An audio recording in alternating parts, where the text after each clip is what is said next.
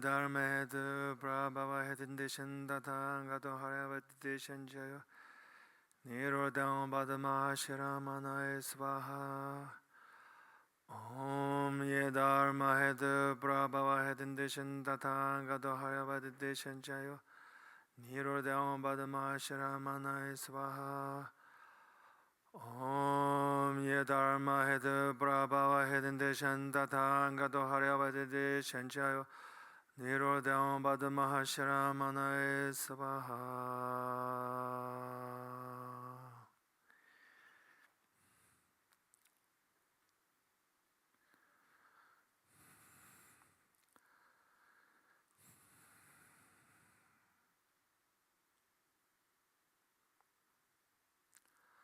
Let's take a few moments to pause and then relax into our bodies.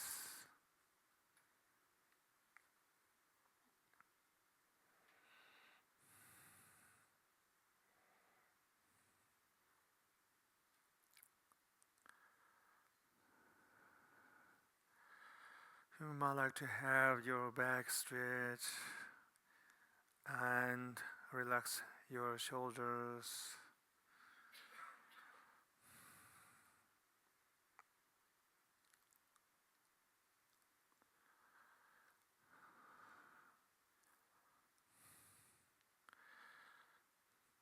Take 3 deep breaths. With each exhalation, feel that you are letting go all your anxiety, agitation, pain, discomfort, as well as energetic blockage.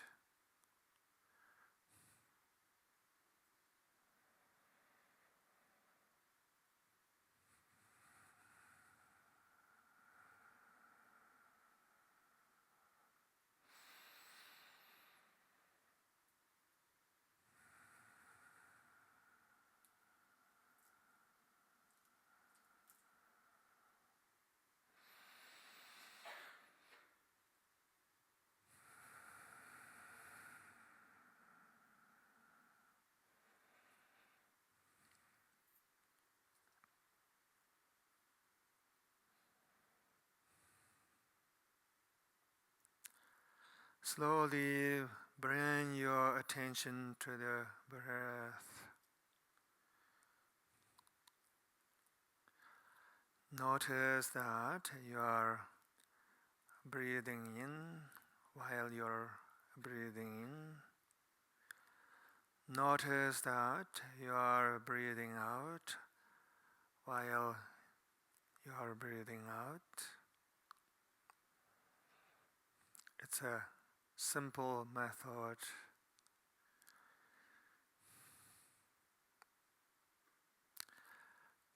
Let go of all your thoughts and mental activities. Don't pay attention to them. Give yourself a permission to take a break from this non-stop thinking mind. Allow yourself to relax and rest in this simple awareness of your own breath.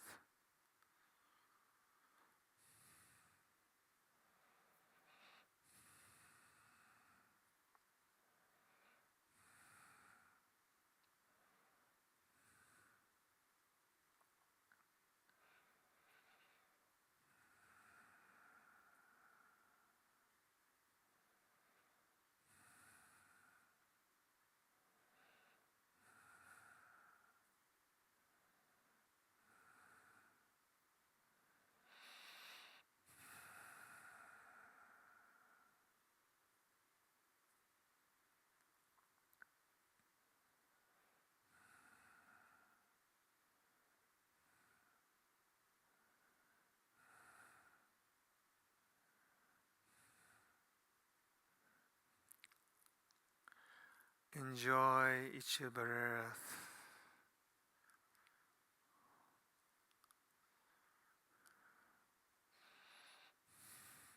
Also allow yourself to feel all the physical sensations that comes with your breathing.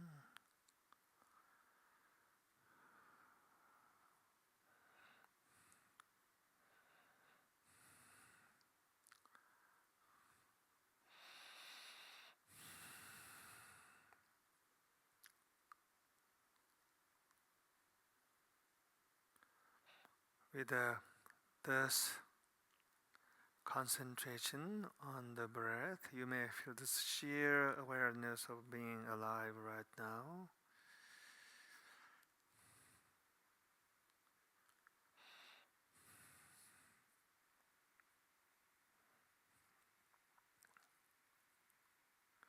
Let the past and future dissolve for a while.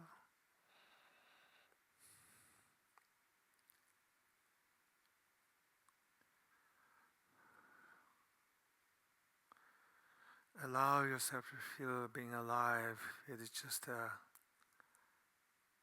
breathing. You are here and you are breathing. That's all you're doing right now.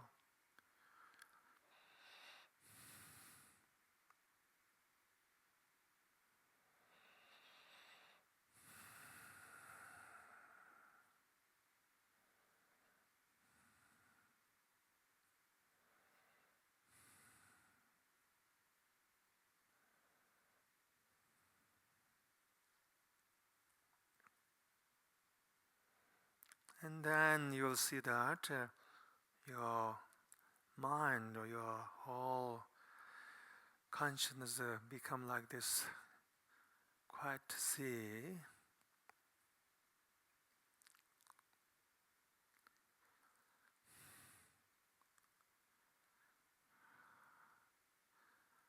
Allow all the thoughts and the mental activities subside.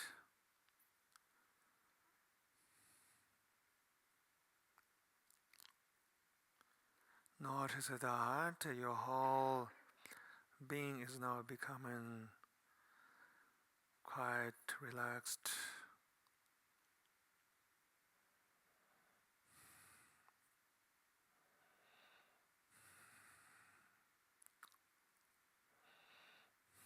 You may feel that now there is a sanctuary inside you,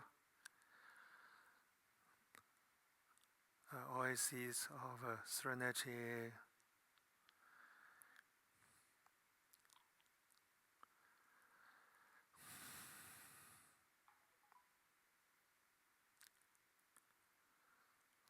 Remember that this inner sanctuary is always at your disposal. You can always there and rest.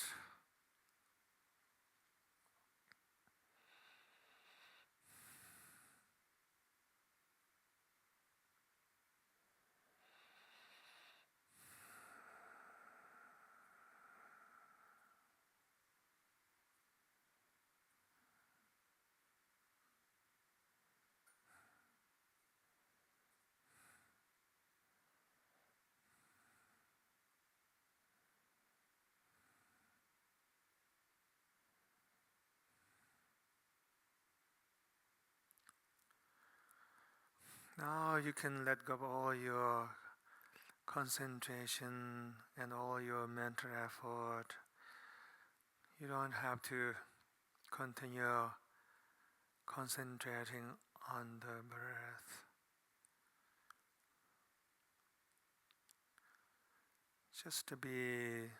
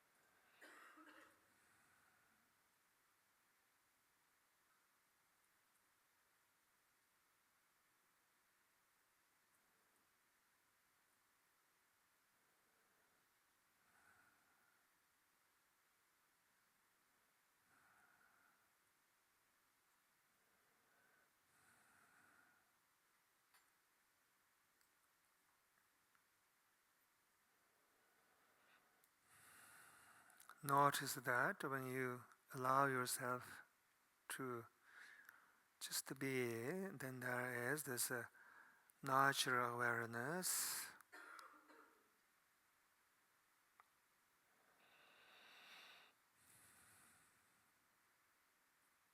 It can feel, it can taste, it can hear, it can see. This natural awareness described by Buddha in many expressions. In the seen, there's only the seen. In the heard, there's only the heard. In the perceived, there's only the perceived.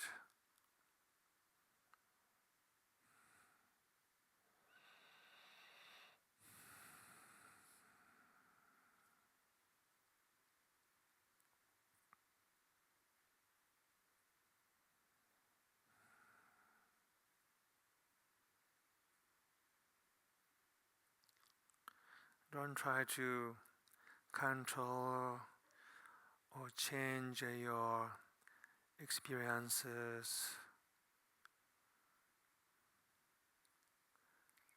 Continue to abide in this natural awareness and let all the myriad experiences, thoughts, feelings, emotions arise and enjoy all of them, embrace all of them. The ones that are bitter, sweet, sour, enjoy all of them as some kind of divine texture, flavor.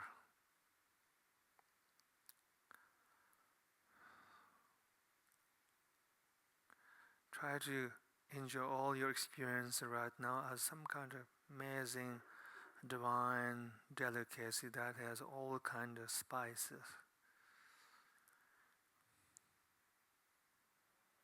And don't reject one over the other. Enjoy the ordinary experiences as those beautiful and profound ones.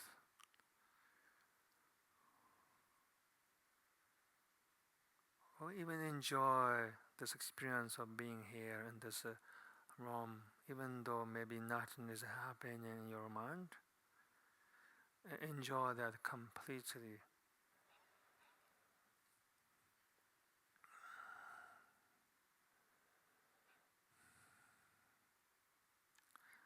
And don't hold on to any of them, and don't try to reject any of them, and keep inviting all of them, embracing all of them.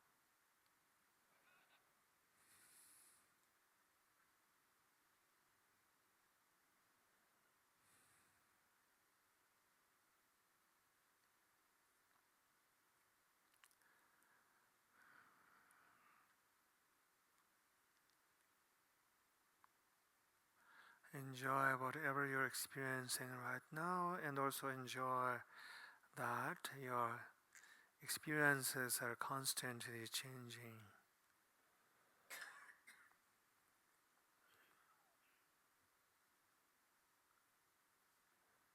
Enjoy the rising thought, the dissolving thoughts, and then space between them.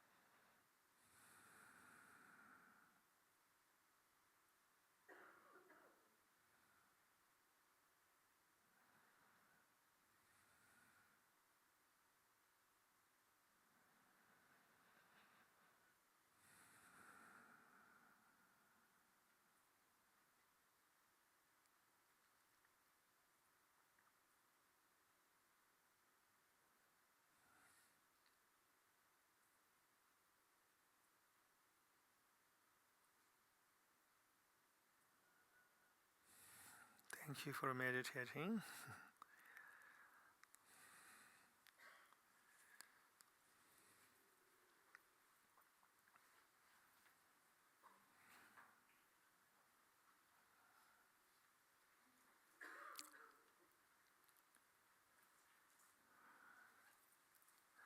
They told me that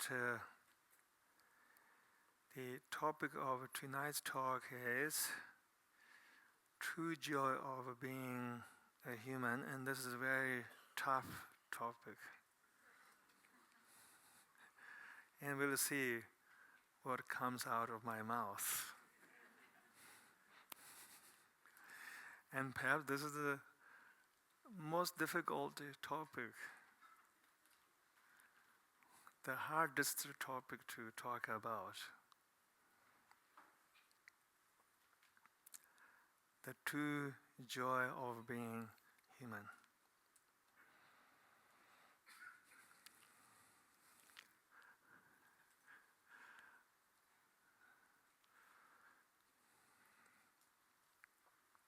It would be easier for me to talk about if you asked me, please say something about true joy of being a dog. No problem about that.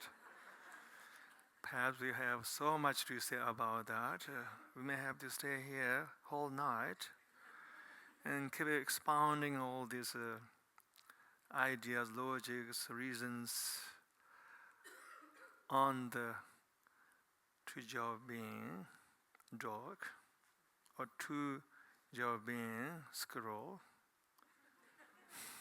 or hummingbird, or even starfish.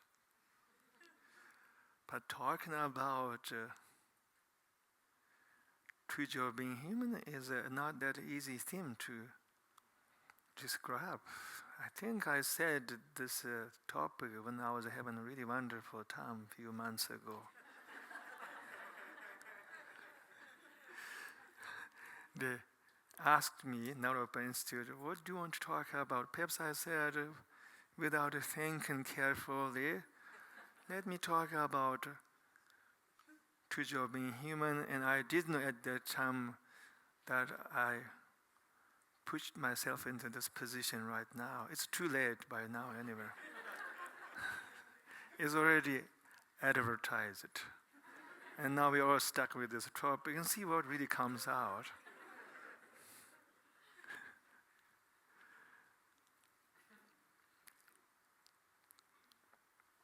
And yet we all may want to hear what that is all about, and especially maybe there will be some secrets or some profound knowledge or some methodology that help us to experience more the true joy of a human being.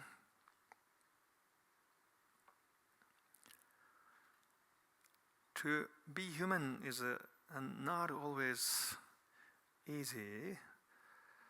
That's why in the Buddhist cosmology, this human world is called Mimjikkin Jikten in Tibetan language.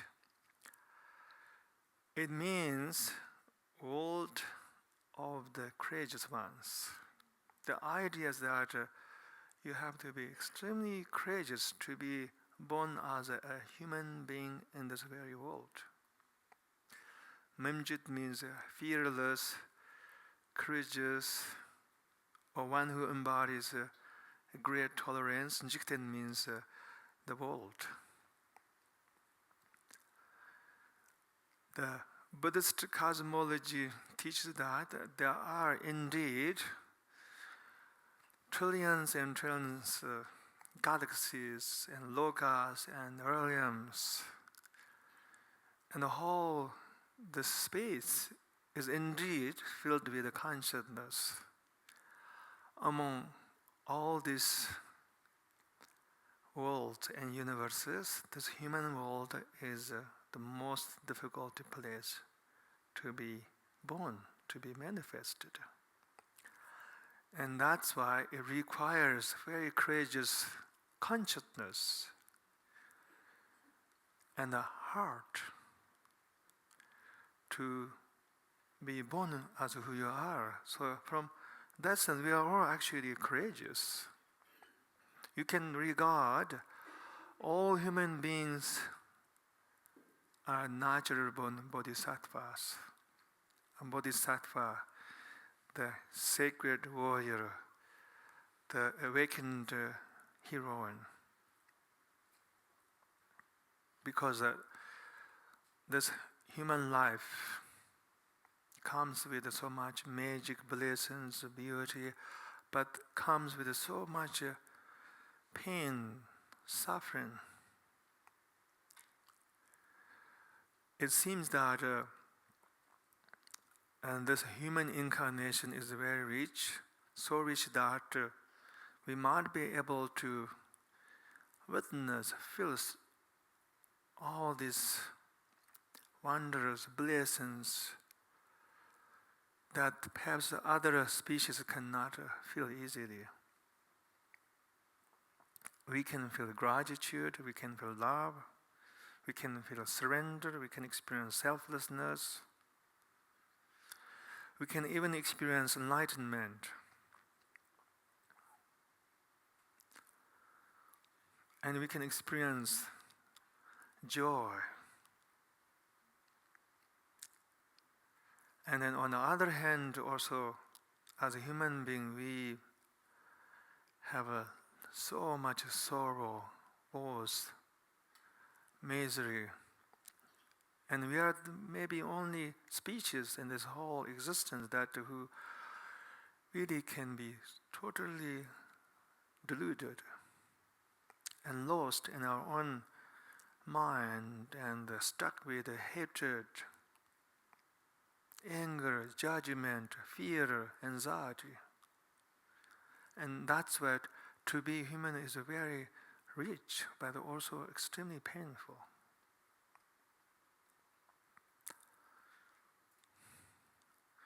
As I said, it's so rich. On the other hand, it's truly wonderful to be human being. Maybe we are the only species in this entire universe who can really feel joy and dance and write poems. Have you ever seen some animals writing poems in your backyard? Have you ever seen some animals sitting in the cross-legged posture said, "Oh, I just felt a satori right now." The sudden enlightenment. Have you ever run into animals said, "I'm feeling one with everything right now"? Have you ever run into dogs who says, "I'm in love with that dog, I'm so blissed out"? Or have you ever run into dogs really grouchy, "I just full of love with that dog"?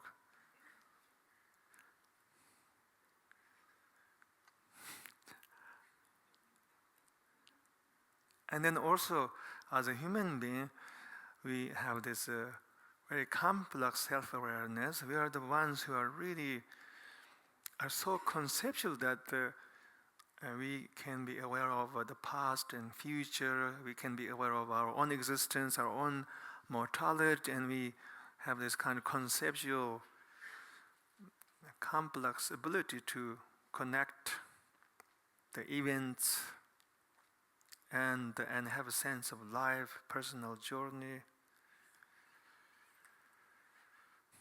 In Buddhism, we always say that this human being, we all go through a lot of sufferings, and the sufferings that the human beings go through are the birth, death, old age, and illness. And we all, somehow or another, have struggles, pain, unhappiness in relationship to these inevitable flows of our own life. For example, death or sickness. At the same time, when you look around, all living beings go through those stages too. Birth, death, old age, illness. But it seems that these four rivers of life becomes kind of human suffering because we have this more conceptual capacity to separate ourselves as a unique individual, and we are able to meditate and think about our own mortality, our own death, our own illness, our own age. And we are the only maybe creatures who know how to compare ourselves with others. I already spoke a whole list of the upsides, all the blessings that comes with human life too, and then there are a lot of pain that comes with as a human incarnation. And that's why sometimes we tend to stay very unconscious. When the life becomes very painful and too intense, our ego has some kind of strategy not to feel the vitality, the pain, the richness of life, and that is to become unconscious, and which is to close our heart. Many people in this world live with that unawareness because they can't somehow handle and fully open their heart and to experience the as the Taoist might say, the 10,000 joys and 10,000 sorrows of the human incarnation.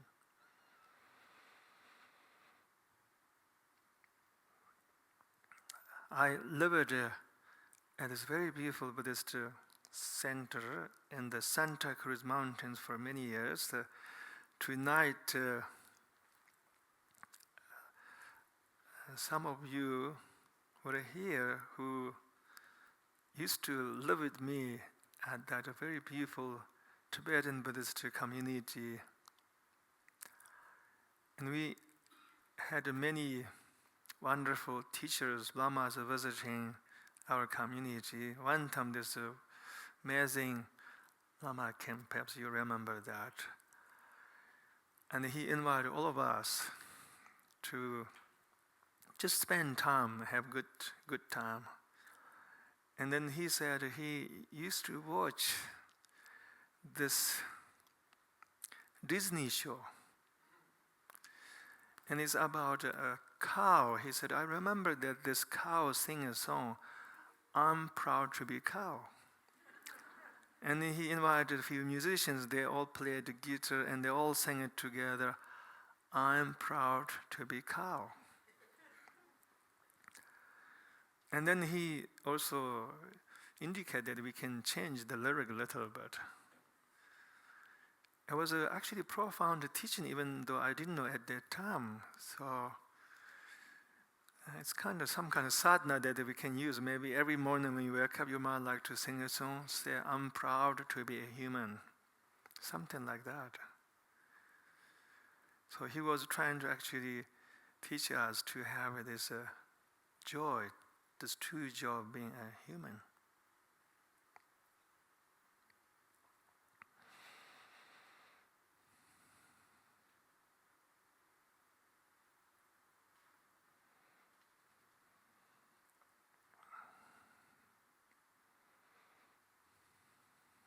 The joy is very important part of the Buddhist practice. And sometimes when you practice the meditation or sadhanas in the Buddhist tradition, they always remind you to pause and to invoke joy. Joy without any particular reason.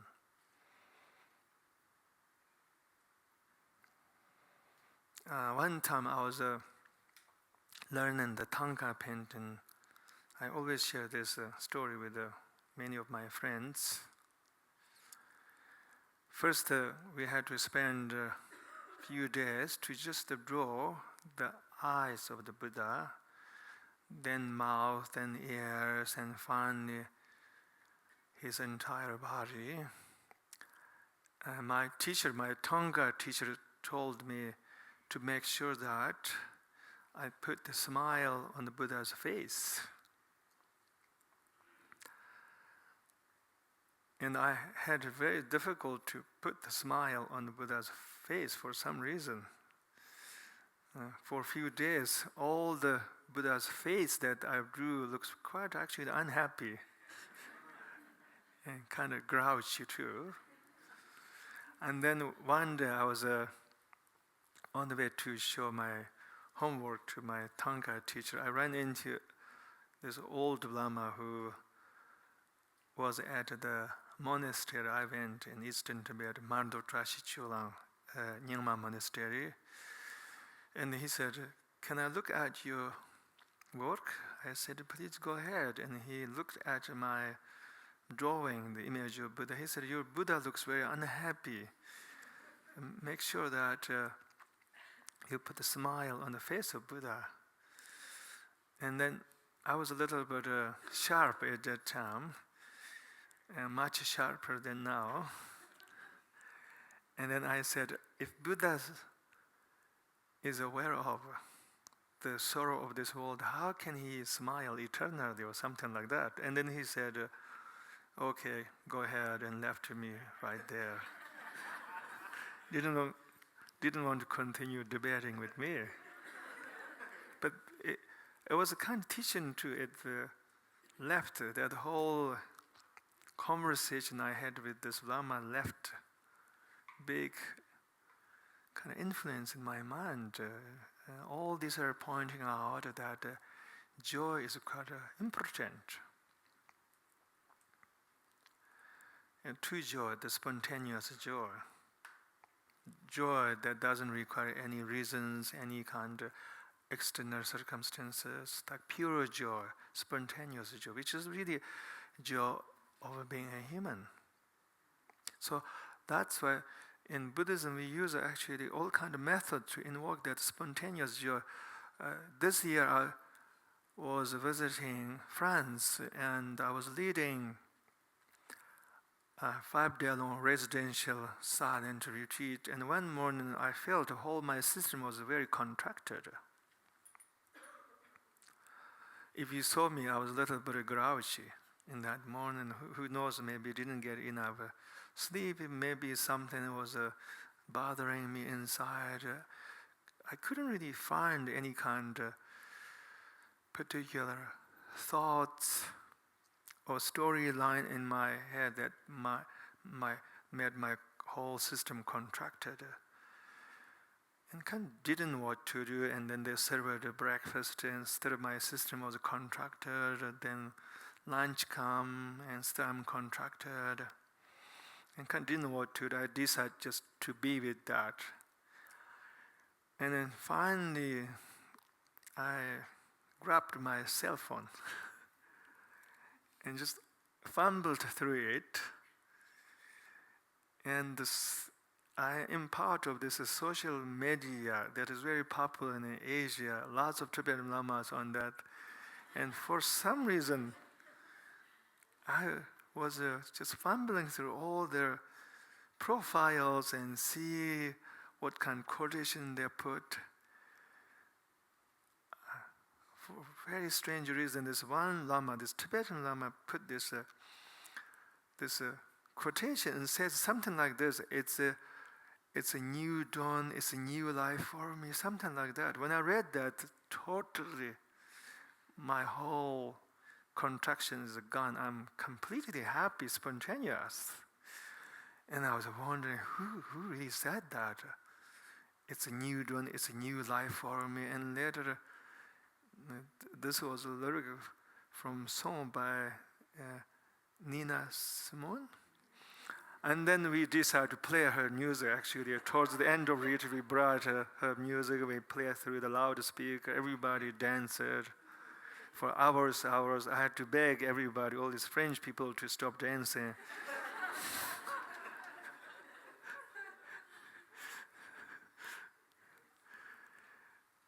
And it was quite interesting that it didn't really require lots of methodology. Just that one verse really changed everything. It kind of, that one line, even though it's not from some great scriptures, it's just a simple line really resonated with me.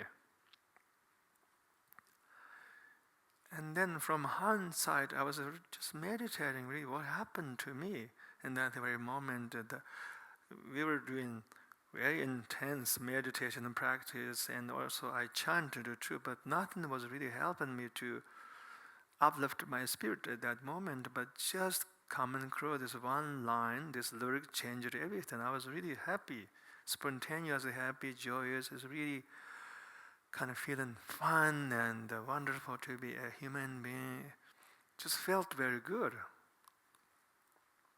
Felt very good. Felt I'm in some kind of love with the whole life and the whole existence. And then it turned out from hindsight, it's just maybe what we are trying to express. It's true joy of being human. It wasn't like I was joyous in that moment because I read some nice letter that has all this good news, or somebody gave me a huge gift, or I was thinking about all some wonderful things that I achieved in my life, etc. I wasn't actually thinking about anything that can cause joy. It was a very spontaneous joy, but that simple verse has the power to resonate and open my heart and to drop all my concepts, my mental activities for the time being, and to feel this pure joy. And that's why in Buddhism, one of the reasons we visualize Buddha is to invoke that joy. Actually, visualization of Buddha is a very important part of the Buddhist practice for centuries and centuries. The people those artists who created the image of Buddha are amazing artists, but they're also great meditators too. So they thought a long time and to create the image of Buddha that we see has some kind of artistic power that invokes often the spontaneous joy. And many Buddhist images have that artistic power to invoke that spontaneous joy.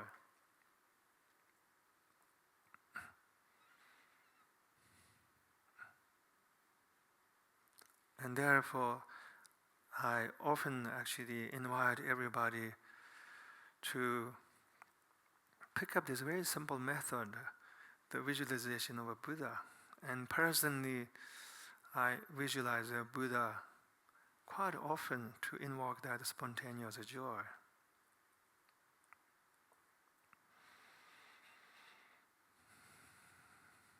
You may have heard this story that a few years ago, this news was everywhere.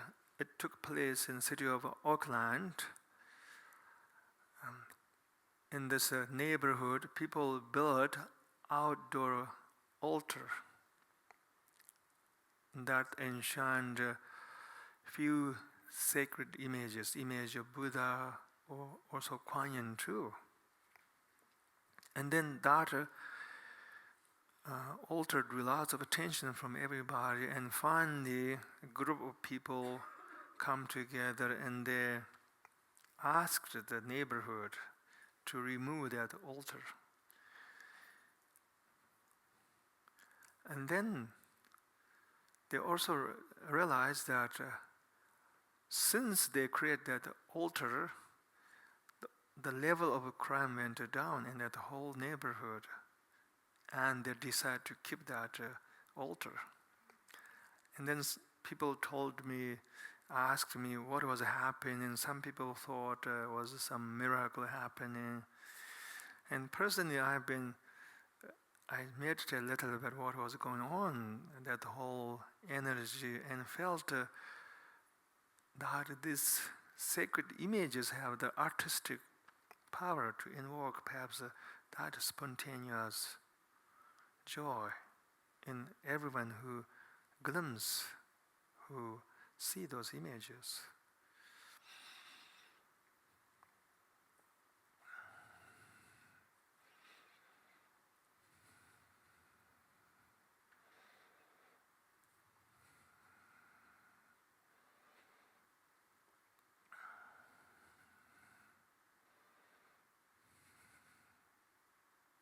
And that the joy, that the spontaneous joy is already in each of us. It's most time is dormant. I think today we are talking about depth of human experience at a Shambhala publication. We had a recording session. We spend some time talking about the depth of human experience. We talked about that. The depth of human experience is the awakening to the great emptiness.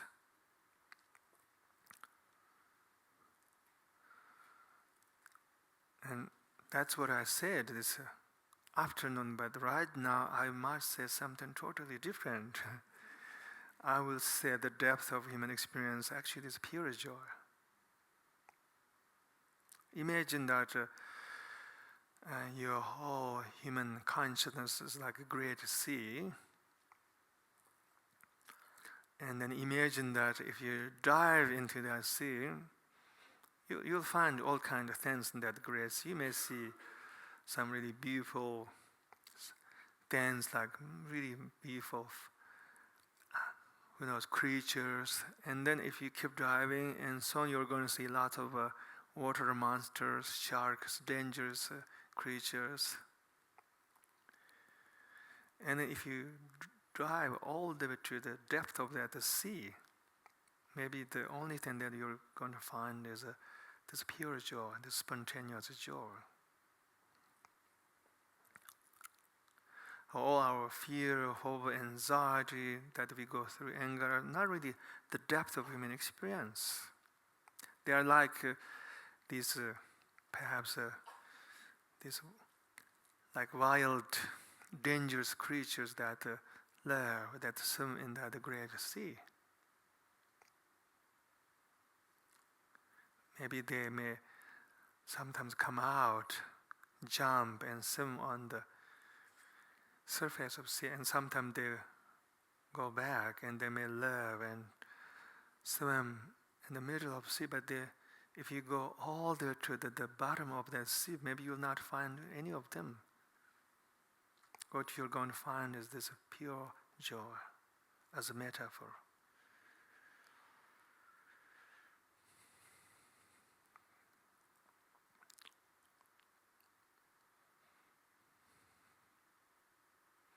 We really don't have right now very big concept I can share with you how you can experience the true joy of being human. Well, we can talk about surrendering. In my experience, that seems to be one of the main key, or even you can call the secret to that joy, surrendering, which is to just surrender all your fear, all your expectations to the life that is sometimes beyond our control. Then, obviously there's abundance of joy, but that's whole another topic. You see, this whole idea of surrendering is a whole another topic, and I have been talking about this very topic, surrendering, and sometimes I feel I know a little bit, other times I don't know what it is. Sorry for all those who have been listening to my teaching for all those years. And there are people who have been hearing my teachings on the surrender for 5 or 10 years, and still they come back, what do you mean to surrender?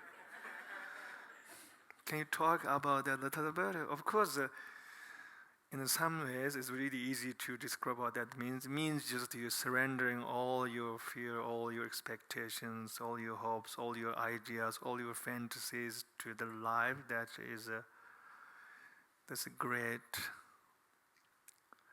sacred river that flows on its own, and that we cannot actually go against it. It is a stream. But that seems to be a whole another topic, and that we have to go through a whole just process, a journey of reflection, inquiry, and practice, cultivate and devotion and courage and love. And I do have something I want to share with you, how to experience this joy. Much easier than the surrendering and awakening to the emptiness. Let's keep that to another time. A really simple one that you can all take with you tonight. Very simple one. Perhaps you're ready to write that down, or you can memorize it. It's really simple. Of course, we can talk about this whole idea of awakening to the emptiness and surrendering all our fear and hope to the life as this great divine river, but that is going to be a whole another topic.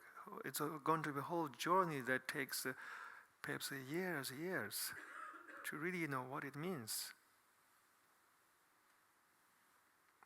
Or perhaps not for many of you. And the simple one is something I just learned a few days ago. This keeps getting better, doesn't it?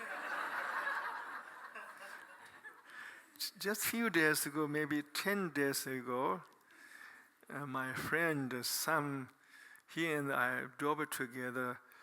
The road trip is the great source of joy for me, better than anything else.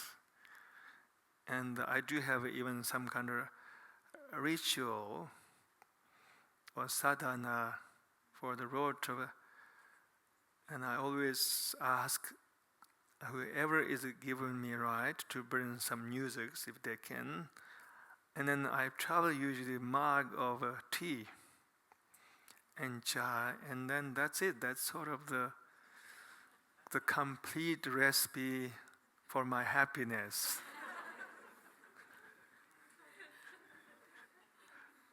And we are driving from Bay Area to Mendocino County to lead a day-long retreat, and finally we said, let's stop somewhere, have lunch.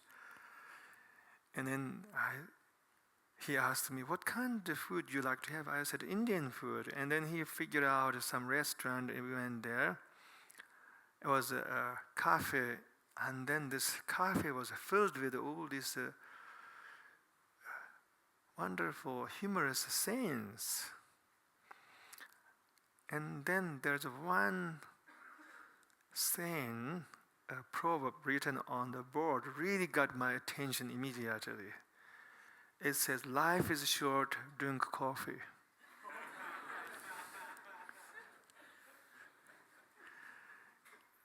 And you don't have to drink coffee, just remember, recite that as mantra, really make you happy. Life is short, drink coffee.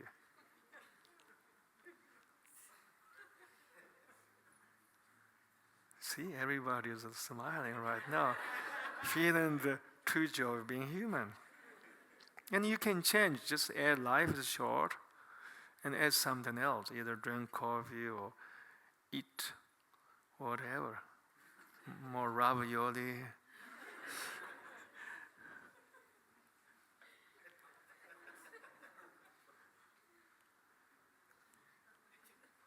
Or dance more, or listen to music more. How about that?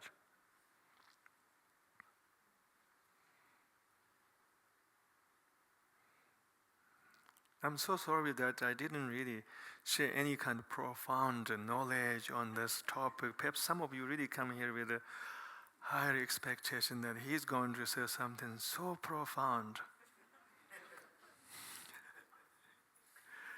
And what I'm sharing is not really profound. It's unbelievably simple and humorous. But maybe sometimes very simple things can make us really happy. Recently, there's an article describing about the behavior of the new millennials.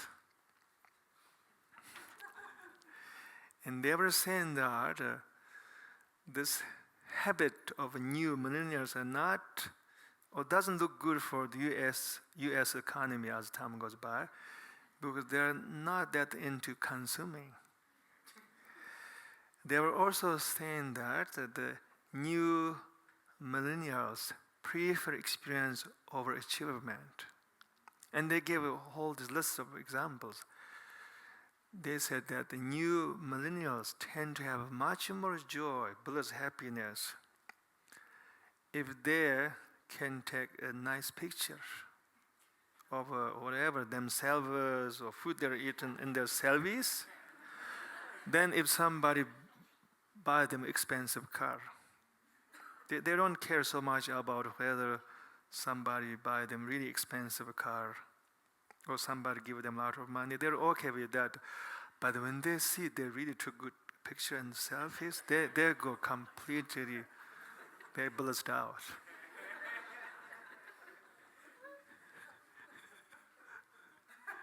Isn't this telling something that indeed maybe joy of being human doesn't really require a lot? Sometimes we think that if you have more money, if we achieve more, we're going to be happy, but this turned out to be not true. Maybe our logic is a little bit flawed. It seems that this is time to change our logic.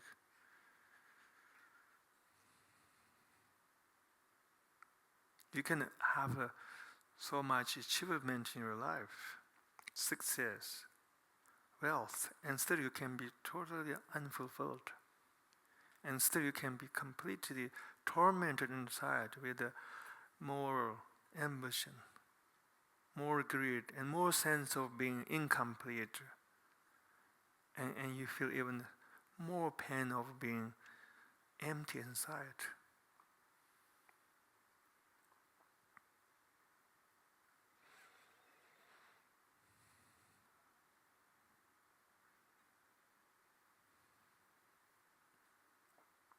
Actually, Buddhism teaches that this true joy can be brought about really by simple practice, simple methods.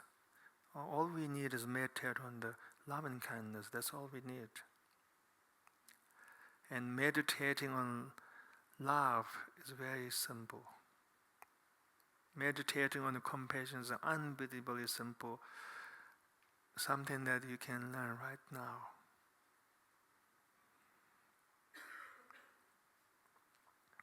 Let me end this talk by reciting the four immeasurables to invite all of you to go inside and feel the meaning of this Tibetan Buddhist liturgy, which is a liturgy on the four immeasurables: immeasurable love, immeasurable compassion, immeasurable sympathetic joy, immeasurable equanimity.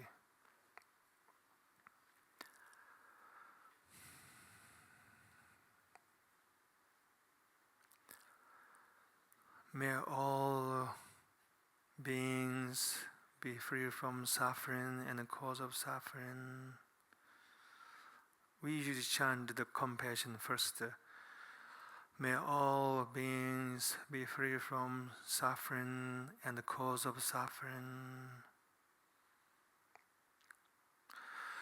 May all beings have happiness and the cause of happiness.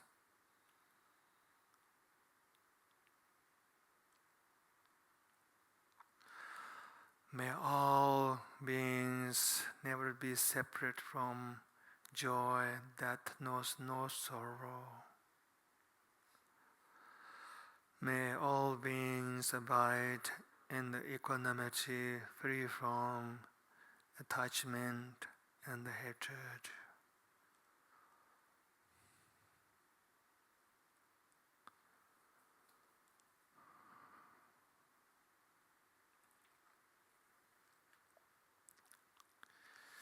And then let me chant the Heart Sutra. The Kadabdaki Tuba Tushina Chumdendi Yarukab Shako Pumurla Gelong Gandin Chimbodam Shanchip Sanwe Gandin Chimbodam Tap Chitubjukte Teze Chumdendi Zamo Nawaji Shavi Chuji Namdrangi Tangan Yabrajik So Yang Dizeb Shanchip Sanwa Sanwa Chimbom Papa Shanizam Shukyang Hirab Jiparo Tupshimba Zamu Shabanya Nambrata Jang Pumbong Abo Dada Ram Jingi Tomber Nambrata Denis Sanji Jimtu Sedan Dambakaru Shanchip Sanwa Sanwa Chimbom Papa Shanizam Shunan the Kachimiso Regimo Kan La Hirab Jiparo Tupshimba Zamu Shabab Shabrandova the Chitala Parvata Kachimibata Shanchip Sanwa Sanwa Chimbom Papa Shanizam Sedan Dambakaru Devanan the Kachimis Regimo Kan La Hirab Jiparo Tupshimba Zamu Shabab Shabrandova and the number Tarab Shate Pombong Abo the Yaram Jinki Tomba number Yan Toparjistao Zu Tongba, Tongani, Zuzo, Zudi, Tongani, Jaman, Tongani, the Jiangsu, Jaman, the Dibjin, the Torah, the Hidan, the Shedan, number Hibanam Tongba, Harivade, Tavina, Chu, Tamja, Tongba, Dem Sanya, Meba, Marti, Bamanga, Batama, Batama, Drama, Batama, Bakama, Harivade, Tavina, Tongba, the Zome, Torame, the Himen, the Sheman, number Hibame, Migman, Name, Chemelu, Mezumir, Damet, Mero, Shame, Chimeto. Making come bani, Jingami Janamar keeping come young meto, Mari, Bamari, Bazapami, Bani, Gahamazapi, Varda meto, Tejinda, Dungavatanga, Joadam, Badana, make a meto, Bamato, Bamato, Harivata, I have shown someone to Bama, be sure here of your power to Shimada, Tension, this is another Bamachon to Bama. Shangel, or they can then young and interruption to some number should be Sanji, Tamchi, and here of your power to Shimada, Latin, Lana, Mapan, the words of your church of the numbers of Sanji. So Tabina Hirib Paro to Shimming Bashim Lana mapping Amonia Balayam being out to Tamcher of the George shaping Amal Ben of the Berkipper take Hirib Paro to Shimming Amiba Tayatanga Tinga de Paranga de Parasamanga de Mode Sava Hari of Shanj of Someone Jimbu that Hirib Paro to Shimbaza Mod of Shepherd Shavanam Jajisirango Chom then they get a Chikas and it's another Bakari of Shanj of Someone Jimbo Papa Shanzam Shutan Shidan the Minkurta Madame Amanda. Treasure of Jibinjik and Yanade Jumden de Gilson Balang Umberato. Thank you everybody for coming here tonight. This heart to start was offering to honor and the vision and the all the positive impact on the world